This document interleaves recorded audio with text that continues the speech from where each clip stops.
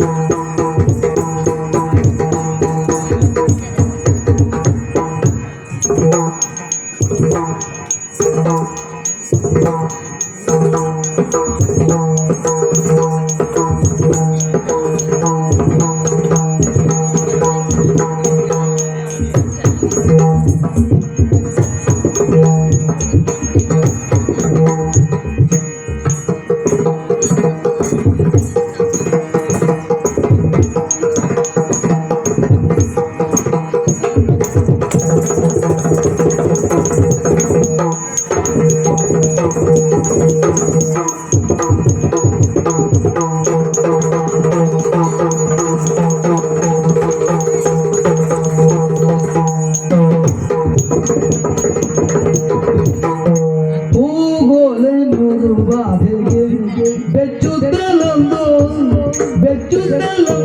ಹೋಗಲ ತನ್ನ ಬಳಿಗೆ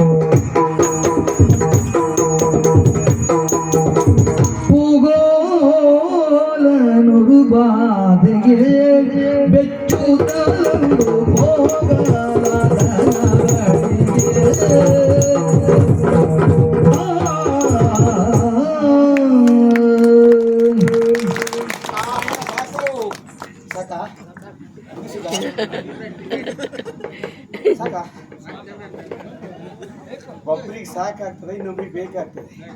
ಒಬ್ಬರ ನಾಲ್ಗೆ ನೋಡಿ ಉಪ್ಪು ಹಾಕುದಿಲ್ಲ ನಾವು, ಎಲ್ಲರ ನಾಲ್ಗೆ ನೋಡಿ ಉಪ್ಪು ಹಾಕ್ತೇವೆ. ಆಯ್ತಾ? ಸಾಕು ಬೇಕು ನನಗೆ ಆಯ್ತು ಸ್ವಾಮಿ, ಸಾಕು ಬೇಕು. ಬೇಕು ಯಾರಿಗೆ, ಸಾಕು ಯಾರಿಗೆ? ಹಸಿವಿದ್ದವನಿಗೆ ಸಾಕಾಗುದಿಲ್ಲ ಸ್ವಾಮಿ, ಹೊಟ್ಟೆ ತುಂಬಿದವನಿಗೆ ಬೇಕಾಗುವುದಿಲ್ಲ. ಯಾವ್ದ್ರಿಂದ ಹೊಟ್ಟೆ ತುಂಬಿಕೊಂಡಿದೆ? ಹೊಟ್ಟೆ ಯಾವ್ದ್ರಲ್ಲಿ ತುಂಬಿದೆ ಅಂತ ಬೇಕು. ಹಾಗಾಗಿ ನಾವು ತುಂಬಲಿಲ್ಲ ಹೊಟ್ಟೆ ಇನ್ನು, ಹಾಗಾಗಿ ಹಸಿವುಂಟು, ಇನ್ನು ಬೇಕು ಬೇಕು ಅಂತ ಅನಿಸ್ತದೆ. ಹಾಗೆ ಹಸಿರುವ ಮಾತಲ್ವ ಸ್ವಾಮಿ, ಕ್ರಾಂತಿಯಾಗದೆ ಯಾವುದು ವಿಶೇಷತೆ ಬದಲಾವಣೆ ಆಗುದು. ಹಾಗಾಗಿ ಹಸಿವಿದ್ದವ ಉಣ್ಣುವಂತಹ ವಸ್ತು ಎಲ್ಲುಂಟು ಹುಡುಕುವ ಪ್ರಯತ್ನವನ್ನು ಮಾಡ್ತಾನೆ. ಹಾಗಾಗಿ ನೋಡಿದ ನನಗೆ ಇನ್ನು ನೋಡ್ಬೇಕು ಮತ್ತು ನೋಡ್ಬೇಕು ಅಂತ ಅನಿಸಿತು. ಹ್ಮ್ ನನ್ನ ಇಷ್ಟ ಅದು, ಆ, ನನಗೆ ಸಂತೃಪ್ತಿ ಆಗುವಲ್ಲರೆ ನಾನು ನೋಡ್ತೇನೆ. ಹೌದಪ್ಪ. ಹೌದು, ಅನುಮಾನವೇ ಇಲ್ಲ. ಅದಕ್ಕೆ ಹೇಳಿದ್ದು ನಾನು ಇವನ್ನ ನೋಡ್ತಾ ಇದ್ದ ಹಾಗೆ ನನಗೆ ಯಾಕೆ ಹೀಗೆ ಪೂಗೋಲ ನುರು ಬಾಧೆ. ಓ, ಒಂದೊಂದು ನೋಡ್ರಿ ಒಬ್ಬೊಬ್ಬರಿಗೆ ಒಂದೊಂದು ಬಾಧೆ ಪ್ರಾರಂಭ ಆಗಿದೆ ಸ್ವಾಮಿ. ಆ, ಒಬ್ಬೊಬ್ಬರಿಗೆ ಒಂದೊಂದು ರೀತಿ ಬಾಧೆ. ಹೌದಪ್ಪ. ನಮಗೆ ಈಗ ಪೂಗೋಲ ನುರು ಬಾಧೆ. ಹ್ಮ್ ಹಾಗಾಗಿಯೇ ಆ, ಅವನನ್ನು ನೋಡ್ತಾ ಇರ್ಬೇಕು, ಇನ್ನು ನೋಡ್ಬೇಕು, ಮತ್ತೆ ನೋಡ್ಬೇಕು ಅಂತ ಅನಿಸಿತು. ಅದ್ಯಾಕೆ ಹೀಗಾಯ್ತು ನಂಗೆ ಮಾತ್ರ? ಆ, ಒಂದೇ ಸಾರಿ ಮೈ ಬಿಸಿ ಆಯ್ತು ಸ್ವಾಮಿ. ಹೌದಾ? ಹಾಗೆ ತಣ್ಣಗಾಗೋಯ್ತು. ಹಾ, ಹೌದೌದು, ಬಿಸಿಯಾಗಿ. ತಣ್ಣಗಾಯ್ತು. ಅಂದ್ರೆ ತಣ್ಣಗಾಯ್ತು ಅಂದ್ರೆ ಎಂತ ಮಾಡ್ಕೊಂಡ್ರೆ ಹಾ ಹಾ ಹಾ. ಹಾಗಲ್ಲ, ಮತ್ತೆ ಬಿಸಿ ಆಗ್ತದೆ. ಹಾಗೆ ಬಿಸಿ ತಣ್ಣಗೆ ಆಗ್ತದೆ ಅಂತಾದ್ರೆ ಏನು? ಆ, ಜ್ವರ. ಜ್ವರ? ಹೌದಪ್ಪ, ಜ್ವರ ಬಂದದ್ದು ಸ್ವಾಮಿ. ಹೌದಾ? ಯಾವ ಜ್ವರ? ಯಾವ ಜ್ವರ? ಅದು ಜ್ವರ. ಅಂದ್ರೆ ಕಾಗೆ ಜ್ವರ? ನಿಮಗದೇ ಈಗ ವಾಸ್ತವ ಕಾಗೆ ಜ್ವರ ಪ್ರಾರಂಭ ಆಯ್ತು ಮಾಡ್ಕೊಂಡು ನೀವು ಜ್ವರ, ಈ ಜ್ವರ, ಜ್ವರ ಎಲ್ಲ ಕೇಳಿದ್ರಿ. ಹೌದಾ? ಹಂದಿ ಜ್ವರ, ಈ ಜ್ವರ, ಕೋಳಿ ಜ್ವರ. ಹಾ, ಇದು ಕಾಗೆ ಜ್ವರ ವಾಸ್ತವ ಪ್ರಾರಂಭ ಆಯ್ತು ಮಾಡಿದ್ರ? ಹೌದಪ್ಪ. ಅದಲ್ಲ ಸ್ವಾಮಿ, ಹಾ, ಇದು ಕಾಮ ಜ್ವರ. ಹಾ, ಹಾಗಾಗಿ ಒಂದೇ ಸಮಯ ಅವ ಹೇಳಿದ ನಾನು ಸುಯಿ ಸುಯಿ ಸುಯಿ ಬಾಣ ಬಿಡ್ತಾ ಇದ್ದಾನೆ. ಹಾ. ಅವ ಇದು ನಂಗೆ ಬಿಟ್ಟ. ಹೌದಾ? ಒಂದೆರಡಾದ್ರೂ ಅವನಿಗೆ ಬಿಡ್ಬೇಕಾಗಿತ್ತು, ಆವಾಗ ಸರಿ ಆಗ್ತಿತ್ತು. ಪೂಗೋಲನ್ನು ಬಾರಿ ಸ್ವಾಮಿ. ಹಾ, ಅದು ಇಲ್ಲಿ ಅಂತಲ್ಲ, ನನ್ನ ಮನೆಗೆ ಪ್ರಾರಂಭ ಆಗಿತ್ತು ಅದು. ಅಂದ್ರೆ ಅಣ್ಣ ನನ್ನನ್ನು ಕೀಟಲೆ ಮಾಡುದು ಸ್ವಾಮಿ. ಹಾ, ಹೌದೌದು, ಯಾಕಂದ್ರೆ ಇಕ್ಕೆ ಹತ್ರ ಬರೀತೀಯ ನೀನು, ಅಪ್ಪನಿಗೆ ಬುದ್ಧಿ ಇಲ್ಲ, ಮದುವೆ ಮಾಡಿದ್ರೆ 4 ಮಕ್ಕಳಾಗ್ತಿದ್ರು ಅಂತ. ಹಾ, ಹಾಗೆ ಅವನು ಹೇಳಿದವಾಗ ನಾನು ಕಲ್ಪನೆ ಮಾಡ್ಕೊಳ್ಳೋದು ಸ್ವಾಮಿ. ಹ್ಮ್ ಹಾಗಾಗಿ ಇವನನ್ನು ನೋಡಿದ್ನೋ ಇಲ್ವೋ, ಹ್ಮ್. ಆಹಾ ಎಷ್ಟು ಚಂದ. ಆಯ್ತು, ಹ್ಮ್. ನಮ್ಮ ಮದುವೆ ನಿಶ್ಚಯ ಆಯ್ತು, ಗೊತ್ತಾಯ್ತಲ್ಲ ನಿಮಗೆ? ಹೌದಾ? ಹೌದೌದು, ನಿಶ್ಚಯ ಆಗಿ ಆಯ್ತಾ? 50ರಷ್ಟು ಆಯ್ತು, ಅಂದ್ರೆ ಇನ್ನ 50ರಷ್ಟು ಆಗ್ಬೇಕಷ್ಟೇ. ಅಂದ್ರೆ ಅಂದ್ರೆ ಈಗ ನೋಡಿ, ಹೆಣ್ಣಿನ ಕಡೆಯಿಂದ ಒಪ್ಪಿಗೆ ಆದ್ರೆ 50, ಹೌದಾ? ಹಾಗೆ. ಗಂಡಿನ ಕಡೆಯಿಂದ ಒಪ್ಪಿಗೆ ಆದ್ರೆ 50, 100ಕ್ಕೆ 100 ಆಗಿಲ್ವ ಅಲ್ಲಿಗೆ? ಹಾಗೆ ಈಗ ಹಾಗೆ. ಹೆಣ್ಣಿನ ಕಡೆಯಿಂದ ಒಪ್ಪಿಗೆ ಆಗೇ ಆಯ್ತು, ಓ, ಗಂಡಿನ ಕಡೆಯಿಂದ ಒಪ್ಪಿಗೆ ಆದ್ರೆ ಆಯ್ತು. ಆ, ಹಾಗೆ ಅಂದ್ರೆ ಆಯ್ತು. ನಾ ಮದುವೆ ಆಗುದಾದ್ರೆ ಇವನಲ್ಲಿ ಅಂತ ನಿರ್ಣಯ ಮಾಡಿ ಆಯ್ತು ಸ್ವಾಮಿ. ಹೌದಾ? ಹೌದೌದು. ಹಾ, ಆದ್ರೆ ಅವನು ಯಾರೋ ಏನು, ಹ್ಮ್. ಎಲ್ಲಿ ಅವನು, ಅವನಿಗೆ ವಿಷಯ ತಿಳಿಸಬೇಕು ಅಂತಾದ್ರೆ ಹ್ಮ್. ಏನ್ ಮಾಡ್ಲಿ ಈಗ? ಹೋಗಿ ಎಬ್ಬಿಸ್ಲಾ? ಎಬ್ಸಿ. ಬೇಡಪ್ಪ, ಹಾ. ನಾ ಎಬ್ಸುದಿಲ್ಲ. ಹಾ, ನಮ್ಮ ಕೆಲವರಿಗೆ ಎಂತೆಂತ ಅಭ್ಯಾಸ ಉಂಟು, ಘನಪೋರನ ಇದ್ರಲ್ಲಿ ಇರ್ತಾ ಇಲ್ವಾ? ಹಾ. ಹೋಗಿ ಮುಟ್ಟಿದ್ರೆ ಸಾಕು, ಪಟ್ ಹೊಡೆಯುದು. ಅಯ್ಯಯ್ಯೋ. ಎಡಗೈ ಪೆಟ್ಟು ನೋಡಿ ಹೊಡೆದ್ರು ಹೊಡಿಕೊಂಡು ಎಬ್ಬಿಸ್ತದ್ದು. ಅಲ್ಲ? ಹಾಗಾಗಿ ನಾವು ಮನೆ ಇಟ್ಕೊಂಡೇ ಎಬ್ಸುದು ಅವ್ರನ್ನ ಈಗ. ಹಾ, ಮಧ್ಯಾಹ್ನ ಊಟಕ್ಕೂ ಮನೆ ಇಟ್ಕೊಂಡೇ ಎಬ್ಸುದು. ಹಾ, ಹಾಗೆ ಕೆಲವು ಅಭ್ಯಾಸ ಇರ್ತದೆ ಸ್ವಾಮಿ. ಹಾ. ಹಾಗಾಗಿ ಅದು ಬೇಡ. ಮತ್ತೆ ನಿದ್ರಾ ಭಂಗ ಮಹಾದೋಷ ಅಲ್ವಾ? ಹೌದಪ್ಪ. ನೋಡು, ನಾನು ಹೇಳ್ತಿದ್ರು, ನಾನು ಇವಳಿಗೆ ಹೆಂಡತಿ ಆಗ್ಲಿಕ್ಕೆ ಇರುವವಳು. ಹಾ. ಹೆಂಡತಿ ಆದವಳು ಗಂಡನ ನಿದ್ರೆಗೆ ಅನುಕೂಲ ಕೊಡ್ಬೇಕಾದವಳು. ಹಾ. ನಾನು ನಿದ್ರಾ ಭಂಗ ಮಾಡುದಾ? ಆಹಾ. ಅದಲ್ವೇ ಅಲ್ಲ. ಹಾಗಾಗಿ ಎಂತ ಮಾಡುದು? ಎಂತ ಇವ ಮಾಡ್ತೀವಿ? ಯಾರು ಏನಂತ ತಿಳಿಯದು, ಇಷ್ಟವಾಗಿ ಸ್ಥಿತಿಲೇ ಇಲ್ಲ ಇವ. ಹಾ, ಹೌದು, ಹಾಗಂತ ಇವ ಯಾರು ತಿಳಿದ ನಂಗೆ ಹೋಗ್ಲಿಕ್ಕೆ ಮನಸ್ಸೇ ಇಲ್ಲ. ಹಾ. ಏನ್ ಓಯ್, ಹೋಯ್. ಓಯ್. ಅವನ ಸೊಂಟದಲ್ಲಿ ಒಂದು ಲೇಖನದ ಒಪ್ಪದೆ ಏನೋ ಕಾಣ್ತಾ ಉಂಟಲ್ಲ, ಗಂಟು ಉಂಟಲ್ಲ? ಯಾವುದೋ ಒಂದು ಗಂಟುಂಟು. ಹಾ, ಅದನ್ನು ಬಿಡಿಸಿದ್ರೆ ಇವನು ಕೃತಾದ ಪರಿಚಯದ ಯಾವುದೋ ಒಂದು ಎಳೆ ಸಿಗಬಹುದು ಅಂತ. ನೋಡಿ ನೋಡಿ. ನಮಗ್ ಒಂದ್ ಅಕ್ಷರ ಸಿಕ್ಕಿದ್ರೆ ಸಾಕು, ಹ್ಮ್. ಬೇಡ ಒಂದ್ ಅಂಕ ಸಿಕ್ಕಿದ್ರು ಸಾಕು. ಹಾ, ಅಂಚಿಗೆ ಇಚ್ಚಿಗೆಲ್ಲ ಸ್ವಲ್ಪ ಹೆಚ್ಚು ಕಮ್ಮಿ ಮಾಡಿ ನೋಡ್ತೀವಿ, ಪ್ರಯತ್ನ ಮಾಡಿಬಿಡ್ತೇವೆ. ಹಾ, ಆದ್ರೂ ಬಂದು ಸ್ವಾಮಿ, ಹಾ. ಹತ್ರ ಹೋಗ್ಲಿಕ್ಕೆ ಧೈರ್ಯ ಬರ್ತಾ ಇಲ್ಲ. ಹಾ. ಸ್ವಲ್ಪ ಧೈರ್ಯ ಕೊಡಿ ನೋಡುವ ನೀವು. ಧೈರ್ಯ ಎಲ್ಲ ಕೊಡ್ಲಿಕ್ಕೆ ಆಗ್ತದೆ ಅದು? ಹೋಗಿ ಧೈರ್ಯ ತುಂಬುವುದು ಅಂತ ಹೇಳಿದ್ರು, ಧೈರ್ಯ ತುಂಬುವುದು ಅವನಿಗೆ. ಮಾತಿನಿಂದ ಧೈರ್ಯ ತುಂಬುದು. ನೀವು ಒಂದು ಸ್ವಲ್ಪ ತುಂಬಿ. ಹೋಗಿ ಎಂತ ಆಗುದಿಲ್ಲ, ನೀವು ಮುಂಚೆ ಮಗಳಲ್ವಾ? ನೀವು ತುಂಬಿಕೊಳ್ಳದೆ ಬಿಟ್ರೆ ಮತ್ತೊಬ್ರಿಗೆ ತುಂಬಿಸ್ತೀರ ನೀವು. ನೀವು ಕೊಡುದು ಬೇಡ, ಹಾ. ನೀವು ಕೊಡದೆ ಹೋದ್ರೆ ಏನಂತೆ? ಹಾ. ನಮ್ಗೆ ಧೈರ್ಯ ಉಂಟು, ಧೈರ್ಯ ಬರ್ತದೆ ಯಾವಾಗ? ಯಾವಾಗ? ಅದು ಪರೀಕ್ಷೆ ಮುಂಚೆ ಬರ್ತದೆ ನಮ್ಗೆ ಹೆಣ್ಮಕ್ಳಿಗೆ ಹೆಚ್ಚಾಗಿ. ಹೌದಾ? ಹೌದೌದು. ಹಾ. ಮತ್ತೆಲ್ಲಾದ್ರೂ ಒಬ್ಬಳೆ ಹೋಗ್ಬೇಕಪ್ಪ, ಹ್ಮ್. ಗೊತ್ತಿದ್ದಾರು ಅದು ಸಹಿತ ಸ್ವಲ್ಪ ಸಂಜೆ ಆಯ್ತು ಅಂದ್ರೆ ಆವಾಗ ಆ ಧೈರ್ಯ ಬರ್ತದೆ ನಮ್ಗೆ, ಅನಿವಾರ್ಯ ಹೋಗ್ಲೇಬೇಕು. ಹ್ಮ್. ಸಂಜೆ ಆಗೋಗಿ ಎಂತ ಮಾಡುದು? ಹ್ಮ್. ದೇವ್ರು ನೀ ದೊಡ್ಡವ ನಾ ಇದ್ದೆ ಸಣ್ಣವ, ದೇವ್ರೆ ನೀ ದೊಡ್ಡವ ನಾ ಇದ್ದೆ ಸಣ್ಣವ, ದೇವ್ರೆ ನೀ ದೊಡ್ಡವ ನಾ ಇದ್ದೆ ಸಣ್ಣವ, ದೇವ್ರೆ ನೀ ದೊಡ್ಡ ನಮಗೆ ನೀವೇ ದೊಡ್ಡವ. ಎಂತ ಹೆದರ್ಸುದು? ಶಬ್ದ ಅದು ಹ್ಮ್. ಹೆದರ್ಸುದ. ನನ್ನನ್ನು ಹೆದರ್ಸದವರಿಗೆ ಹೆಣ್ಣು ಸಿಕ್ಕದೇ ಹೋಗ್ಲಿ, ಈವರೆಗೆ ಸಿಕ್ಕಿದ ಹೆಣ್ಣು ತಪ್ಪೇ ಹೋಗ್ಲಿ. ಶಾಪ ಯಾರು ತಪ್ಪು, ನಾ ಶಾಪ ಕಡೆ ನೀವು ಶಾಪ ಹಾಕಿ ತಪ್ಪಿದ್ದು ಅಂತ ಆಗ್ಬೋದು ನಾನು. ನೋಡಿ, ಕಣ್ಣಿಗೆ ಒಳ್ಳೆದು ಅಂತ. ಹೌದಾ? ಹ್ಮ್. ಎಂತ ಶಬ್ದ ಆದ್ರೂ ನಂಗೆ ಯಾರೋ ಗೆಳತಿಯರು ಕರೆದಾಗಿ ತಿಳಿಯುವುದು. ಹಾ, ಒಂದು ಕಟ ಶಬ್ದ ಆದ್ರೂ ಹಾ. ನಂಗೆ ಬಾಬಾ ಬಾಬಾ ಬಾಬಾ.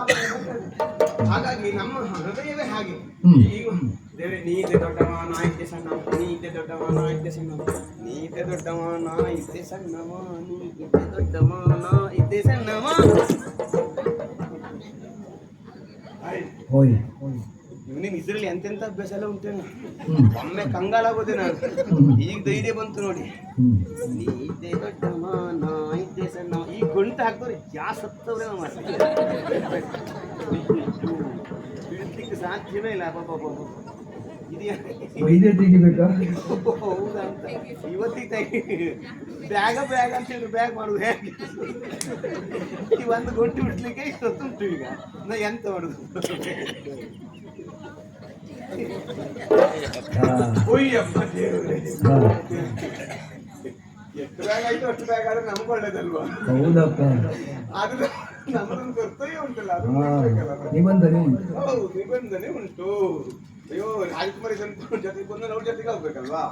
ಮತ್ತೆ ಮತ್ತೆ ಕಡೆ ಮತ್ತೆ ನೀವೇ ಹೀಗೆ ಮಾಡ್ರಿ ಅಂತ ನೀವೇ ಅಷ್ಟು ಬ್ಯಾಗ್ ಮಾಡಿ ಹೇಳೋರಿಗೆ ಅಂತದ್ದು ಆರಾಮ ಕೂತ್ಕೊಂಡು ಹೇಳ್ಬಿಟ್ರೆ ಆಯ್ತು ಓಯ್ ಅಂತ ಹೇಳಿ ಬಿಡ್ಲಿಕ್ಕೆ ಬರುದಿಲ್ಲ. ಇದು ಯಾರಿದ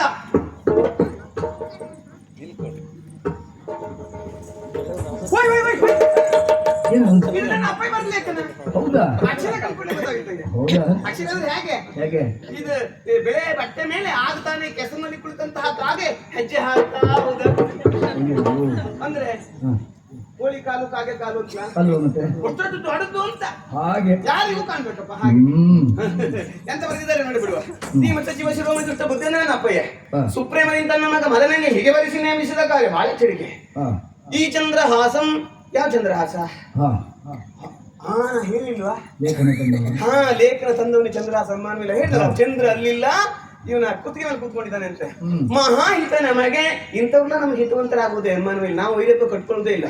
ಮೇ ನಮ್ಮ ಸೀಮೆಗರ ಸಾಧಪ್ಪಂ ಹೇಳಿಲ್ವ ನಾನು? ಮುಖದಲ್ಲಿ ರಾಜ ಲಕ್ಷಣ ತೊಯ್ತಾ ಉಂಟು ಅಂತ.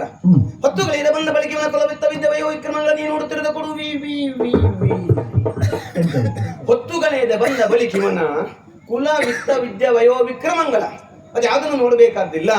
ಕೊಡು ವಿಷವ ಮೋಹಿಸುವಂತೆ ಬಾಲಕರಿಗೆ ಉತ್ತರೋತ್ತರ ಬಹುದು. ಈ ಮನುಷ್ಯ ವಿಷ ತಗೊಂಡ್ರೆ ಅಂತ ಆಗ್ತದೆ, ಸತ್ತೋಗ್ತಾನೆ. ಸತ್ತ ಮೇಲೆ ಉತ್ತರ ಕ್ರಿಯೆ ಆಗುದು. ಕೊಡು ವಿಷವ ಮೋಹಿಸುವಂತೆ ಉತ್ತರೋತ್ತರ ಆಗುದು ಹೇಗೆ? ಉತ್ತರ ಕ್ರಿಯೆ ಆಗುದಲ್ವಾ? ಹಾಗಿದೆ ಅಂತ.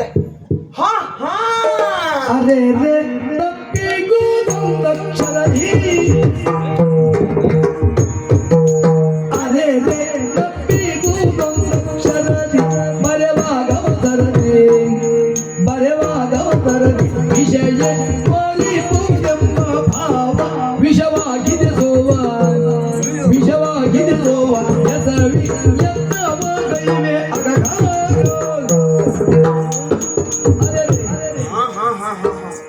ವಿಷಯ ಯಾಕೆ ಆಗಿದೆ ಅಂತ ನೋಡುದು ನಾನು.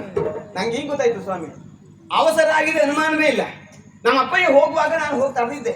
ತಡೆದು ಹೇಳಿದೆ ನಮ್ಮ ಅಪ್ಪಯ್ಯನ ಹತ್ರ, ಅಪ್ಪಯ್ಯ ಅಲ್ಲಿ ಮಾಮರಕ್ಕೆ ಮಲ್ಲಿಗೆ ಬಳ್ಳಿಗೆ ಮಾಮರದ ವ್ಯವಸ್ಥೆ ಆಗ್ಬೇಕು, ಗಂಡು ಹೆಣ್ಣು ಹಂಸಕ್ಕೆ ಗಂಡು ಹಂಸ ಬೇಕು ಇದೆಲ್ಲ ಹೇಳಿದವಾಗ ಅಪ್ಪಯ್ಯ ಹೇಳಿದ್ರು ತಿಳಿದೇನು ಮಗಳೇ ಸಂಶಯ ಇಲ್ಲ. ಹಾಗೆ ನಾ ಹೊರಟಿದ್ ಯಾಕೆ ಅಂತ ಮಾಡಿದೆ, ನಿಮ್ಮೊಂದು ಮಾವನ ಮಗನ್ ನೋಡ್ತೇನೆ ಅಂತ ಹೇಳಿದ್ರು. ಹೋದವ್ರು ಇವನ್ ನೋಡಿದ್ರೆ ಇಲ್ವಾ? ಗಂಡು ಸಿಗುದು ಬಹಳ ಕಷ್ಟ ಅಲ್ಲ ಈಗ. ಹೌದಾ? ಸರಿಯಾಗಿ ಗಂಡು ಸಿಗುದು ಕಷ್ಟವೇ. ಎರಡೇ ವರ್ಷ ವ್ಯತ್ಯಾಸ ಇರ್ಬೇಕು ಅಪ್ಪಯ್ಯ. ಒಂದು ವರ್ಷ ಮಾತ್ರ ವ್ಯತ್ಯಾಸ ಇರ್ಬೇಕು. ಹುಡುಕುದು ಹೇಗೆ ಅಪ್ಪಯ್ಯ? ಗಂಡು ಸಿಗುದು ಕಷ್ಟವೇ, ಅನುಮಾನವೇ. ಅವ ಅಲ್ಲೇ ಇರ್ಬೇಕು ರಾಜಧಾನಿಯಲ್ಲಿ. ಅವ ಇಂಥಲ್ಲೇ ಕೆಲಸ ಮಾಡ್ಬೇಕು, ಇಷ್ಟೇ ಸಂಬಳ ಬರ್ಬೇಕು ಅವನಿಗೆ. ಅಪ್ಪಯ್ಯ ಹುಡುಕುದು ಹೇಗೆ ಪಾಪ? ಕಷ್ಟವೇ. ಹಾಗಾಗಿ ಇಂಥ ಗಂಡು ಸಿಗುದು ಕಷ್ಟ ಅಲ್ವಾ? ಹೋಗಿ ಇವನನ್ನು ನೋಡಿದ್ರ ಇಲ್ವಾ? ಮಗನಿಗೆ ತಕ್ಕ ಗಂಡು ಇವನೇ ಅಂತ ತಿಳಿತಾ ಇಲ್ವಾ? ಇಲ್ಲಾದ್ರೂ ತಪ್ಪು ಹೋಗಬಹುದು ಎನ್ನುವ ಕಾರಣಕ್ಕಾಗಿ ಅವಸರದಲ್ಲಿ ಲೇಖನವನ್ನು ಅಣ್ಣನಿಗೆ ಬರೆದು ಕಳಿಸಿದ್ದಾರೆ. ಬರೆಯುವ ಅವಸರದಲ್ಲಿ ಪಾಪ ವಯಸ್ಸಾಯ್ತಲ್ವಾ? ಕೊಡು ವಿಷಯ ಅಂತ ಬರಿಬೇಕಾದ್ದು ಕೊಡು ವಿಷವ ಮೋಹಿಸುವಂತೆ ಬಾಲಕರಿಗೆ ಅಂತ ಹೋಗಿದೆ. ಎಂತ ಪ್ರಮಾದ ಹೋಗ್ತಿತ್ತು ಹಾಯ್ ಸ್ವಾಮಿ. ಹೌದಪ್ಪ ನೋಡಿ, ನಾನ್ ನೋಡ್ದೆ ಹೋಗಿದ್ರೆ ಇವ್ ಹೀಗೆ ಹೋಗ್ತಿದ್ನಾ? ಅಣ್ಣ ನೋಡ್ತಿದ್ನ ಈ ಲೇಖನವ. ನಮ್ಮ ಅಣ್ಣ ಅವ ಬರೀ ಭೂಸವ.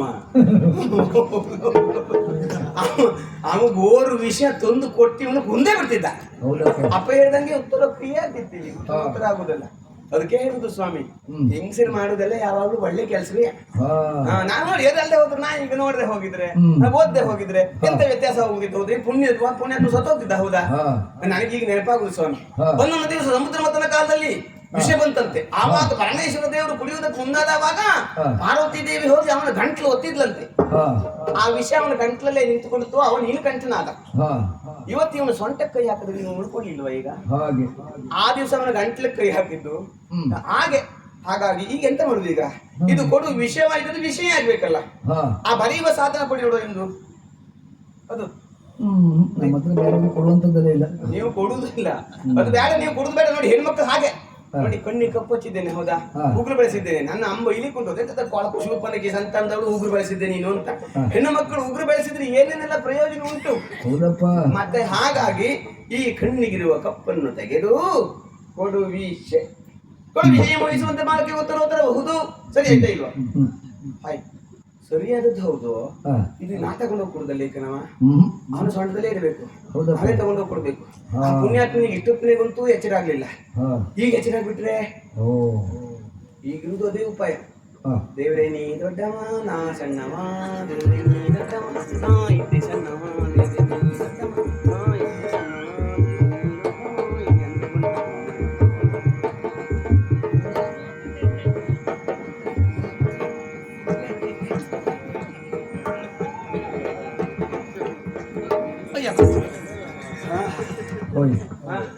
ಎಂತಾಯ್ತು? ಒಂದು ಗುಡ್ಡ ತೆಗೆದು ಇಷ್ಟಾಗಾಯ್ತು. ಹೌದಪ್ಪ. ಅಯ್ಯೋ ಅದು ಒಂದು ಸ್ವಾಮಿ, ಯಾಕೋ ಇಲ್ಲಿಂದ ಹೋಗ್ಲಿಕ್ಕೆ ಮನ್ಸೇ ಇಲ್ಲ ನಂಗೆ. ಆದ್ರೂ ಪಾಪ ಕೆಲವರು ನಾ ಇಲ್ಲಿದ್ರು ಮನ್ಸಿಲ್ಲ. ಸುಂದರ ತವ ಮೊಗ, ಸುಂದರ ತವ ಮೊಗ ಎಂದಿಗೆ ನೋಡುವೆ, ಸುಂದರ ತವ ಮೊಗ ಎಂದಿಗೆ ನೋಡುವೆ, ಎಂದಿಗೂ ಕಲಿ